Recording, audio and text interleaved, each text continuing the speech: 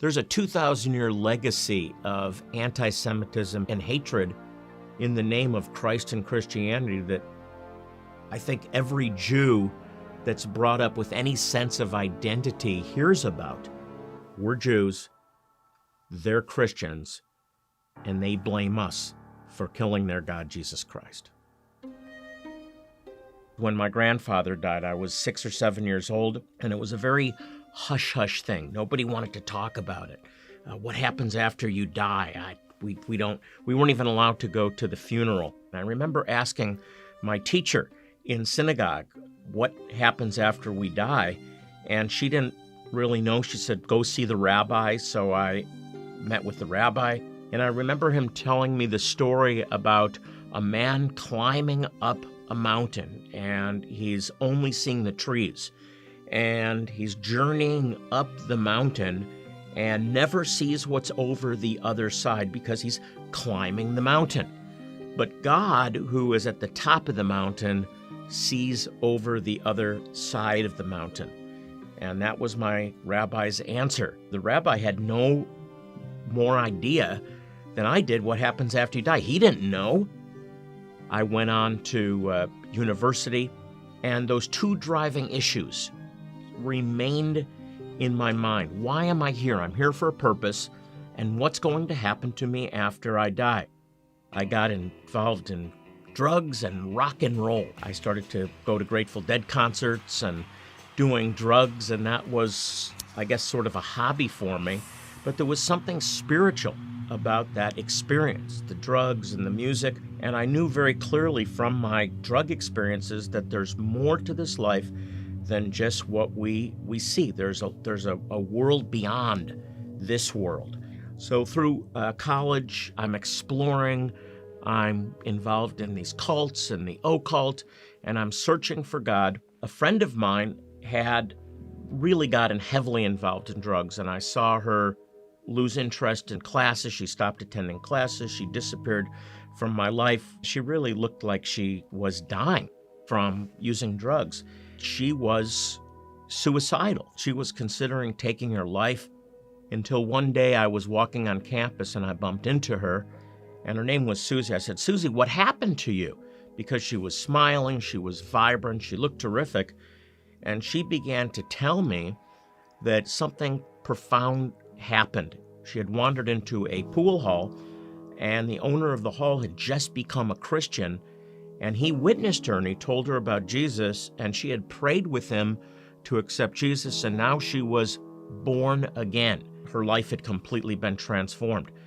And I said to her, I'm really happy for you, Susie. That's great. It's not for me, but if it makes you happy, that's great. And then she invited me to a Bible study, and I wanted to say no, but somehow out of my mouth I said yes, and it was pouring rain, and I had a motorcycle, and I thought I have a good excuse not to go to this Bible study. But I remember getting on the back of the motorcycle and driving through the pouring rain to this Bible study that I didn't want to go to. And I remember walking into the study, I was soaking wet, my clothes were soaked, but from the time that the Bible study started, and I don't even remember what was taught. It was the book of Revelation and how the world's coming to an end. But I just thought, I want to get out of here. But I couldn't because my clothes were in the dryer, so I was a captive audience. And at the end of the Bible study, the teacher invited me to go upstairs and talk with him. He gave me a Bible, and he began to take me through these scriptures in my own Jewish Bible to begin with, and then in the New Testament about sin and separation from God. I had never read the Bible before other than preparation for my bar mitzvah. We Jews are supposed to be the people of the book, but most Jewish people have never even read the scriptures that we claim to be our own. And as he showed me verses about my sin and separation from God, like all have sinned and come short of the glory of God. Our righteousness is as filthy rags. I just felt the weight of my sin. I was hot. The room was bright. I felt the presence of what I knew to be God himself. And so I prayed this prayer with him, and as soon as I prayed, the room went back to normal temperature. The The lights went back to normal. The sofa that felt like it was holding me in place released me. The Bible shrunk back to a normal size. My clothes were presented to me dry. I changed and I raced home and tried to forget this experience, but something changed in my heart that night, and I had a desire for the first time to read the Bible.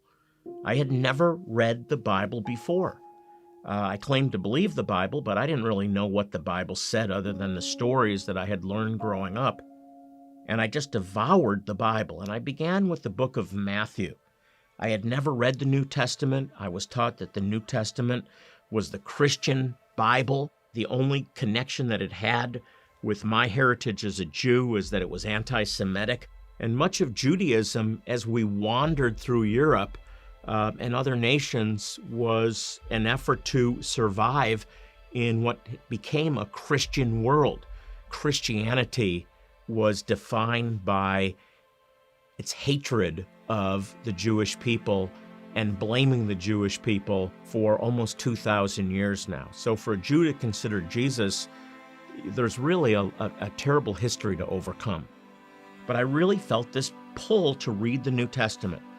And I began in Matthew chapter 1. Right in the beginning, it listed the genealogy of Jesus. Jesus, the son of Abraham, the son of David. And that just jumped out at me. And I immediately it was shocking. What is Abraham and David, two of the greatest men in our history, doing in the Christian Bible? I discovered things that were completely different than I had been taught growing up. I discovered that Jesus was Jewish, that he had a given name, a Hebrew name, Yeshua, which means salvation, because he will save his people from their sins. I discovered that he was born in Israel of Jewish parents. I thought he grew up in Rome, in the Vatican. All of the first followers of Yeshua were all Jews, and none of them converted to another religion. They didn't convert to Christianity. There was no Christianity.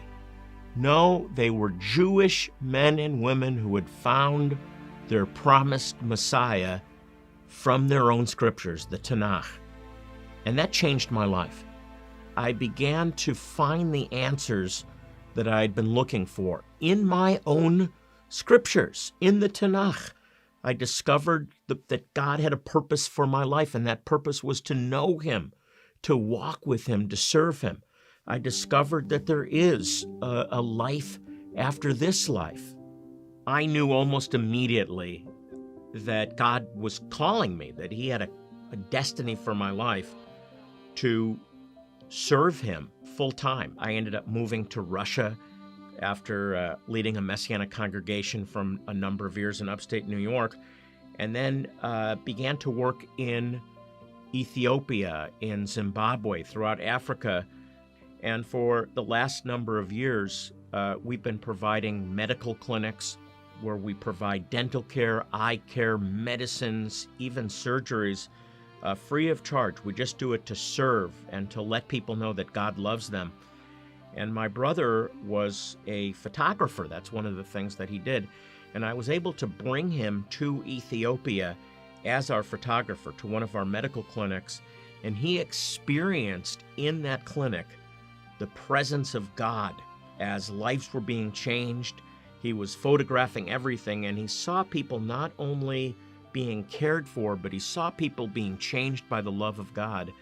And I watched him. I had the joy of watching him go through the same experience I did as he received Jesus, Yeshua, into his life and was completely transformed.